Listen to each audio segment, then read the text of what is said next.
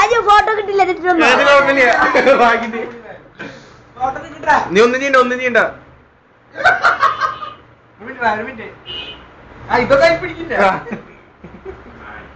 അടി കൊടുക്കാൻ വേണ്ടിയാ വരുന്നത്.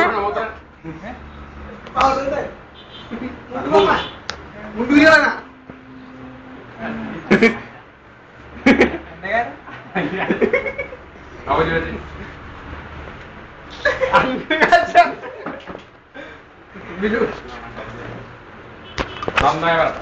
ഈ കൊല്ലം മുഴുവൻ നശിച്ച് വരട്ടെ. മാറി